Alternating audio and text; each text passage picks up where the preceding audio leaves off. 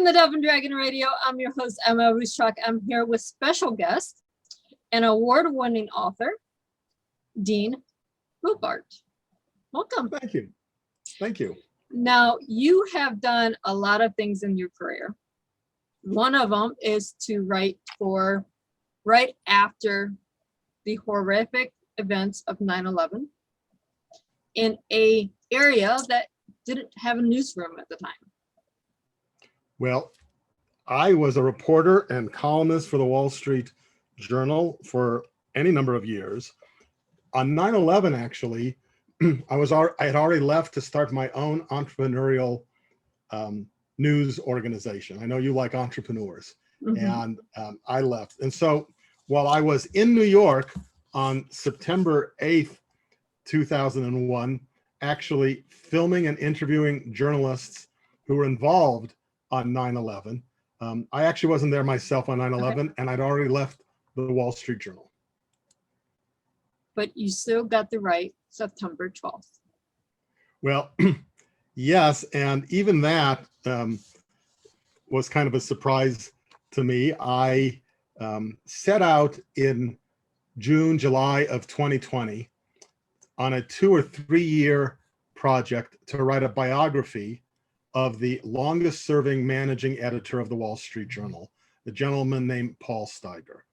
Paul Steiger led the paper for 16 years, including on 9/11, and then went on to start a second news organization and career, ProPublica, which has become a very influential nonprofit news organization.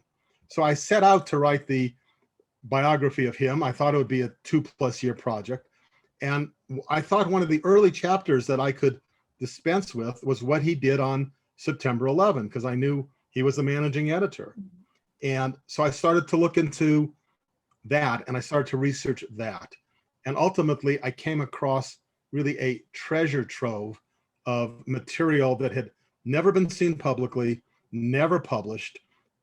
Largely what it was real-time emails and memoranda sent by reporters and editors on that day, trying to locate one another, trying to figure out what to do, how to get the paper out.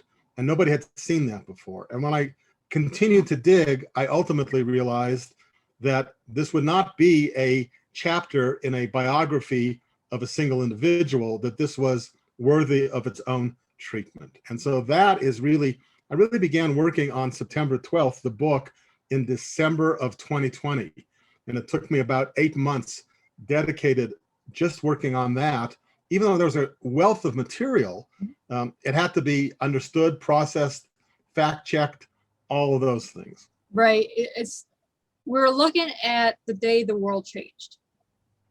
Absolutely. It really is. In modern time, it's the day the world changed. Everything from how we get our news to how we connect with one another to everything that's leading up to today is contributed to 20 years ago. Absolutely. It's very much a precursor to, for example, it is a excellent tune-up for what happened to news organizations when COVID-19 hit. Up until September of 2001, no major national news organization had ever had to operate entirely remotely. That happened to the Wall Street Journal because it lost its headquarters, it lost its main newsroom. So everything had to happen 20 years ago remotely. Well, when COVID came along, February, March, and news organizations began closing their main newsrooms, there was already experience of that. They already knew how. Plus, the technology had advanced. The technology of 2020, 2021 is so far advanced over what it had been in 2001 that clearly made it much easier. But now the idea of a virtual news organization, a major virtual news organization, is really quite commonplace. It is. In 2001, nobody had ever tried it. No, being a product of that generation, we grew up with learning the technology. Now we haven't, and so advanced to what we had 20 years ago. Kids today don't understand this never happened. We didn't have the Zoom conferences. We didn't have the Skypes where we could do it like we are now. It was okay, but we still have dial-up connection in 2020 or 2001. 2001, absolutely. There were no smartphones, didn't exist. The news organizations were highly reliant on fax machines to transmit stories and memos. And on 9/11, phone lines didn't work, so fax machines didn't work. The most Americans were still on America Online. They had dial-up connections. They didn't have, most Americans didn't even have DSL, much less high-speed internet connections. So Right. really, so the paper having to work under those conditions, it's hard now. With the book hopefully helps, but it's hard to understand. I Yeah. mean, books like yours helps the generation today see what happened 20 years ago, not just in news, but where our technology came from. Yeah, there are a lot of interesting anecdotes in the book. I was watching, I like the old 1950s series Perry Mason, and so I was watching some shows again recently, and one of the things I commented on was what's neat about it is you see what Los Angeles looked like in the 1950s, because there are a lot of exterior scenes in it. Well, in some ways, especially for readers who were too young to remember 2001, and there are a lot of them, this book does the same thing. It is a time machine. It takes people back and reminds them just 20 years ago, just a score of years ago, how different our world was and how different our technology was. It is, because we take our smartphones for granted now. No one had those 20 years ago. If you had a flip phone with a camera, you're in the digital age. They didn't have a flip phones didn't have cameras in 2001. That's why you can actually look, and believe me, I did, to try to find more photos, more original photos from 9/11. For the most part, they don't exist.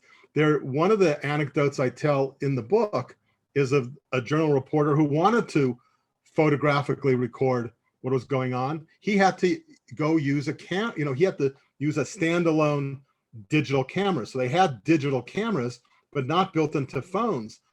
Another journalist went to a drugstore and bought the disposable type of Kodak or Fuji, 36 shots on a phone, but people didn't have cameras on their phones. That is right. See, I forget where the technology started. I mean, it's so easy when you live with it every day to forget 20 years ago what I had and what I didn't have. Absolutely. And it's not just that. There was a different innocence at that point. Remember, 9/11 changed all of our innocence. Nobody thought that America could suffer the kind of loss we suffered on 9/11 on our domestic territory. People knew from parents or grandparents what happened at Pearl Harbor, but even Pearl Harbor was not in the heart of New York City. I mean, it was off the coast of Hawaii. It wasn't something that most people knew. Here, many people knew it. Many people had visited the World Trade Center as tourists, when they would come to New York on business. They could personally relate to this. And this really robbed the country, and in some ways the world, of our sense of innocence. And we'll never go back. No. No. How many people had relatives there? How many people have visited there? How many people wanted to be there because it was just New York? You have to visit New York. So everyone knew New York. That was a heart of our country. And for us to come back from that. There are 2 points I would really like to make about the book. One is that it is really not, despite everything, it's really not a story about 9/11. No, it's not. It's a comeback story. It's a story about the resilience of a group of men and women who were not war correspondents. They were covering finance and economics and Wall Street, and overnight they became war correspondents and had to do all of that. But people think about 9/11 and think sad, and nothing changes the sadness. No, it doesn't. But the Come book, I just want to say, but the book is intended to be uplifting, not down. It's not a downer. It's uplifting. It basically tells story after story of people who were resilient. They were defiant. They weren't going to let the terrorists defeat them, and they did come back. And it's a lesson for us for every dark cloud that we enter. Let's take COVID-19. I mean, COVID-19 has killed far more people than 9/11 did. It's a very dark cloud. But the message of the book is that people are resilient. We will come back from all of that. We will. It doesn't matter what happens in our lives. We will come back from it. And if you let it break you, it breaks you. If you come back resilient and say, no, this is not going to break me. This is what we need to thrive. We need to advance our technology. We have to advance how we do things. We have to rotate our thinking into something different. And there are lessons. The second point I was going to make is that while the book reflects on what happened 20 years ago, it's also in some ways a guide to the future. And there are lessons that everybody can learn, especially entrepreneurs and business owners and whatnot, as to how to prepare for the next crisis, because invariably there will be a next crisis. This time it hit the Wall Street Journal. Who knows where it will hit next time? But sort of hidden in plain sight in this book are some very keen management lessons as to how the journal managed against truly impossible odds to put out that paper. And one of the chapters in the book is titled 9/11 Didn't Happen in a Day. And the message there is that the time to prepare for this type of crisis is long before the crisis hits. And the Wall Street Journal never imagined this type of crisis, and yet, really starting in the early 1940s, began implementing management directives that guided the staff in 2001 so that they knew what to do, even though they couldn't communicate with their editors or their colleagues. They still had a sense of what they had to do under those circumstances. Right. And we see this in any business that's functioning properly. There's directives for almost every problem. Almost. Not every problem, but almost. Yeah. And you can take some of those lessons that you have for your daily problems and implement it into an emergency situation. Absolutely. Absolutely. And so there were many instances of that. There are a lot of touching instances in the book, and also some that raise interesting sort of ethical, philosophical questions. One of them, for example, was, so in the very first chapter of the book, I zero in on a reporter at the Wall Street Journal named John Hilsenrath. And John was there in 2001, and he is still there, much more senior today, but still there today. And he was not in any way a breaking news, let's go cover this crisis type of reporter. His beat was economics, and particularly academic economics. But he had a reporter's instinct. And on 9/11, he was in the Wall Street Journal building. He could look out the windows and see what was happening at the World Trade Centers, because the Wall Street Journal headquarters were located just across the street from the World Trade Center. And so he went down to the street and instinctively began reporting. He began interviewing people. And while phones were still working, he called his wife, Christina, who was also a journalist, but not working that day, in Long Island. She begged him not to keep reporting. She feared, and she ultimately was right, that the two towers would collapse. She just was watching it on TV and thought, they can't withstand this. She begged him to come home. She said, we've got 2 young children. You're a father. You have a responsibility to come home. Well, that's an interesting ethical dilemma. Here he was on the scene, a journalist. How, right outside their front door was the largest, biggest story probably ever in any of these people's careers.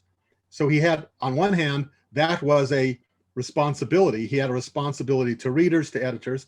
And on the other hand, here's his wife on the phone begging him not to put himself at risk, further risk, and to come home.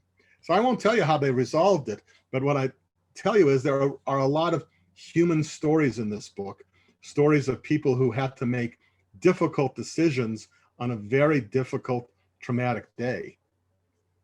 Right. These are stories that are uplifting because we did come back from this. Yep. These are stories that people have not heard because we always go to the stories of the negativity instead of the hope.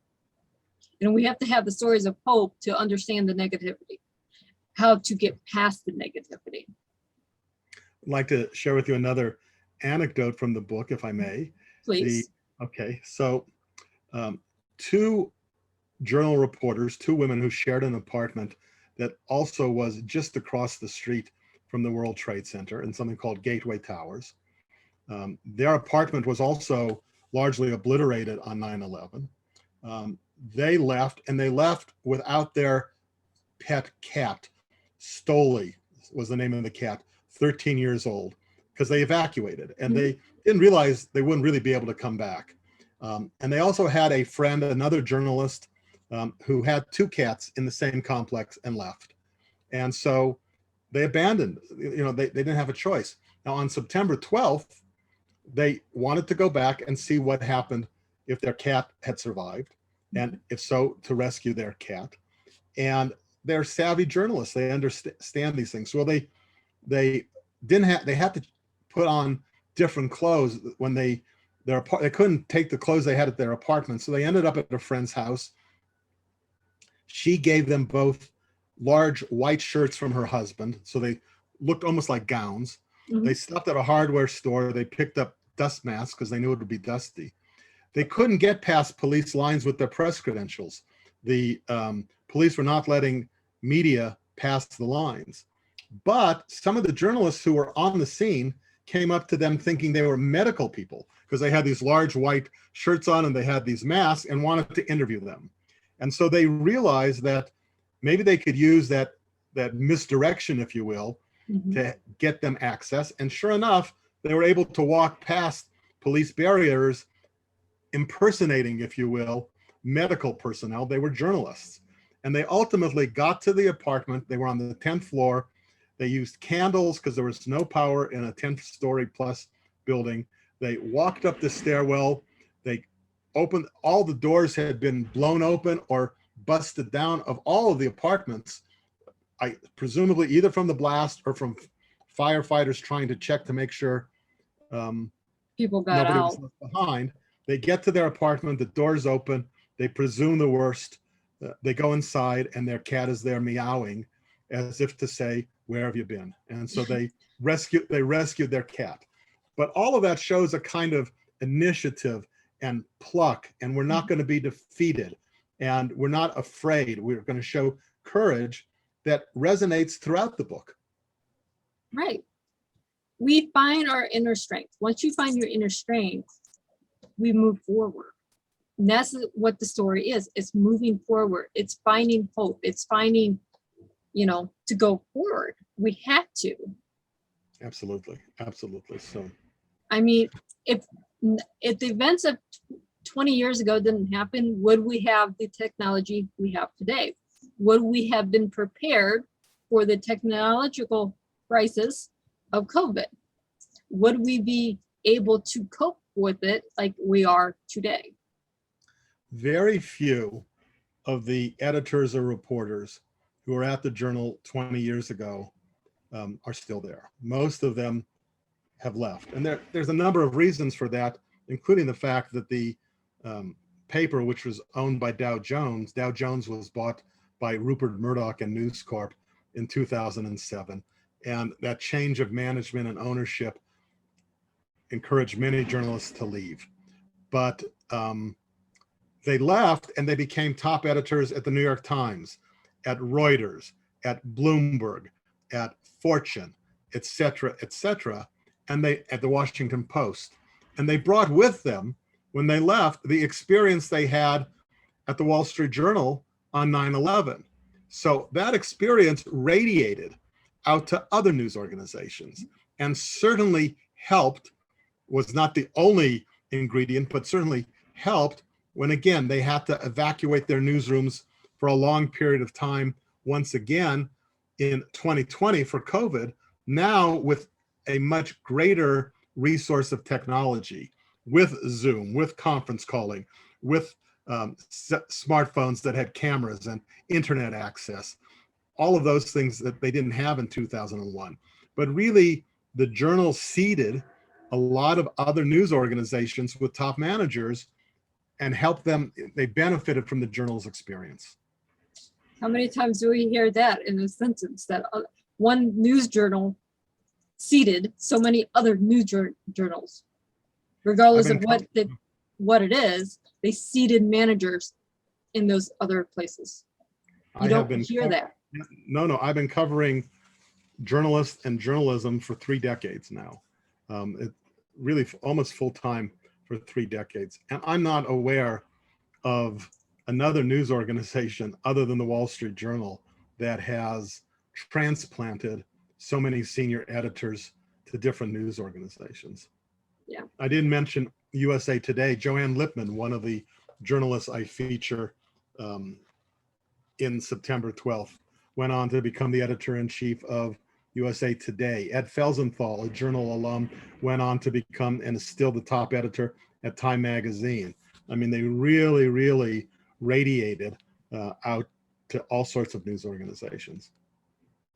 We can actually say thank you to the Wall Street Journal for having so many wonderful editors and chiefs, managers, reporters, and so many other news organizations today. They've done a good job. And the other thing that's interesting is, and I've written about this outside of the book, not just, I didn't really write about it in the book, to be honest with you, but these people also forged an incredible bond.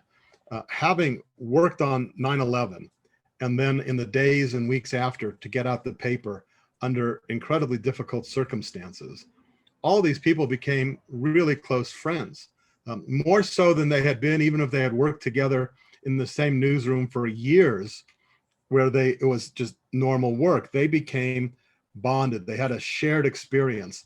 They knew things and they felt things that nobody else could relate to. And even 20 years later, nothing has broken that bond. So they're now dispersed. Some of them are retired. They're at different news organizations. As I said, very few are still at the Wall Street Journal, but they're still very close, closer, I think, than almost any other group of journalists who had worked together in a newsroom for a period of time and then dispersed. I mean, you could almost bet that they know when each other's birthdays are, when the holidays are, regardless of what religion they are, but they know, hey, this holiday is coming up. I need to contact who? This one has a birthday coming in. This one has a kid graduating from high school or college, or, you can almost bet they have these relationships. I want to take a minute with you and do a little bit of show and tell. First of all, this is, I can't see myself. This is the edition, the actual edition of the paper from September 12th. And the headline is "Terrorists Destroy World Trade Center, Hit Pentagon and Raid with Hijacked Jets." And again, this edition, a single edition, went on to win the Pulitzer Prize for breaking news. Let's see if I can show you. And then something else I want to show you that I personally found inspiring or interesting in the book. Please do. Well, a couple things, but hang on. I got to find this page here. Where is it? Yeah, it's past there. And it's before here. We're almost there. I know where it is. Take your time, please. You have to be a journalist to find things in your own book sometimes. Well, I didn't prepare this. I'm just doing it ad hoc. Well, this was what we do, though. We don't prepare. We like things organic. Yeah. So the what does this say? Yeah. So I have a picture in here. Let's see if I can get it. So do you see this photo? Yes. Okay. I don't know how easy. Quite well. It's Clear? Two young men. Actually, what's behind them is the World Trade Center. Yes.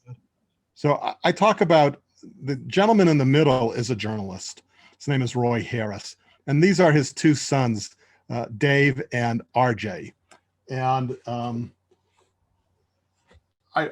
it's not important for what the point I want to make as to why I'm writing about Roy Harris in the book and his sons.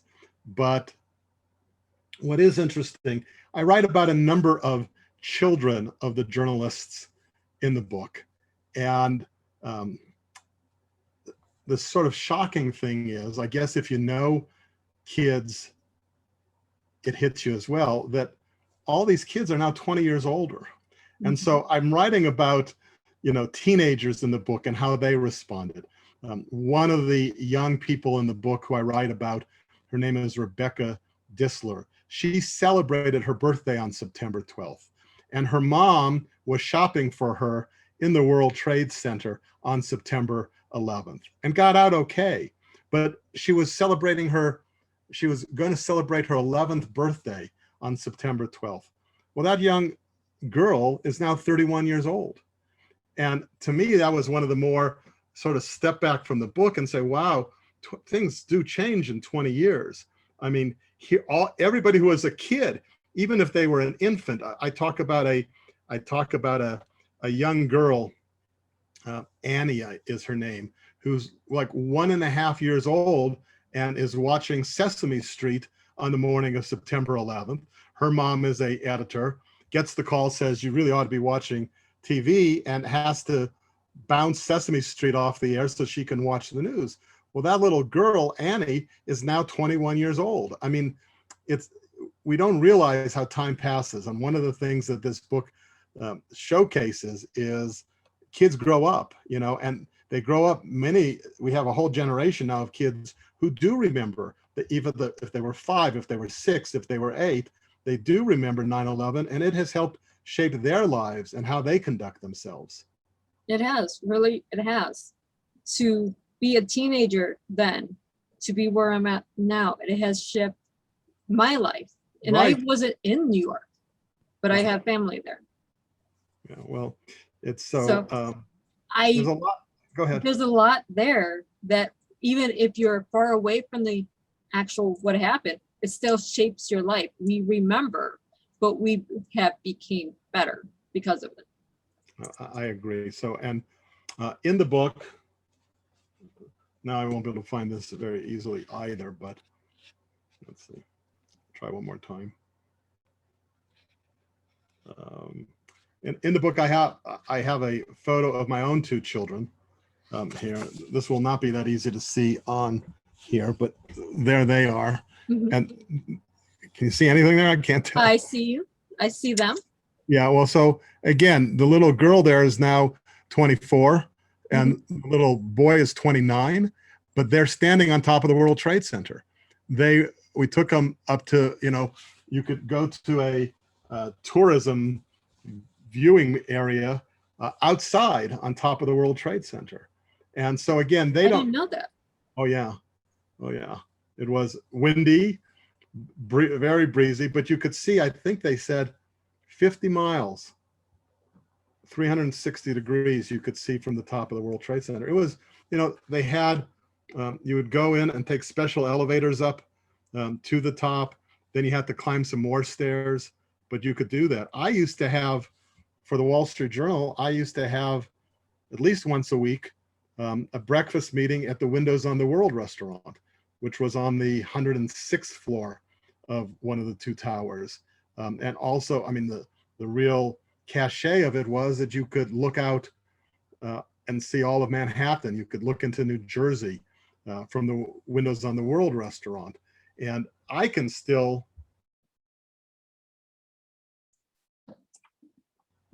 if I could draw it, absolutely map out from my mind's memory, walking through, what you saw walking through the World Trade Center, the hotel that was connected, I stayed at on multiple occasions, the Marriott World Trade Center, which was technically World Trade Center building number 7. I mean, all these things are kind of seared into my memory. Well, at least we have the window to the past wrote within your book. Yes, yes. I said it's a little bit of time travel if you You if you can wanna go forward or backwards, correct. Absolutely. but we are almost out of time. So where can our listeners and our viewers find your book? And you? Thank you. The easiest way is from Amazon.com. It's up and available now. On the other hand, I'm offering for no additional fee, if you want to buy it directly, to sign copies for people.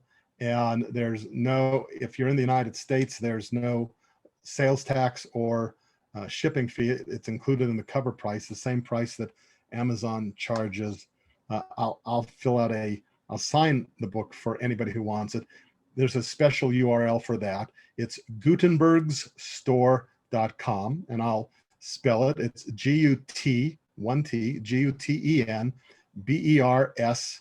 store.com. So it's 1T, 2 S's, gutenbergsstore.com. And anybody who purchases a copy of the book there will get a signed copy. Again, no additional cost. Well, thank you so much for that. And it was a pleasure and a real honor to have you on the show today. Well, it was my pleasure, and I thank you for inviting me. Thank you so much. And for our listeners and our viewers, happy reading.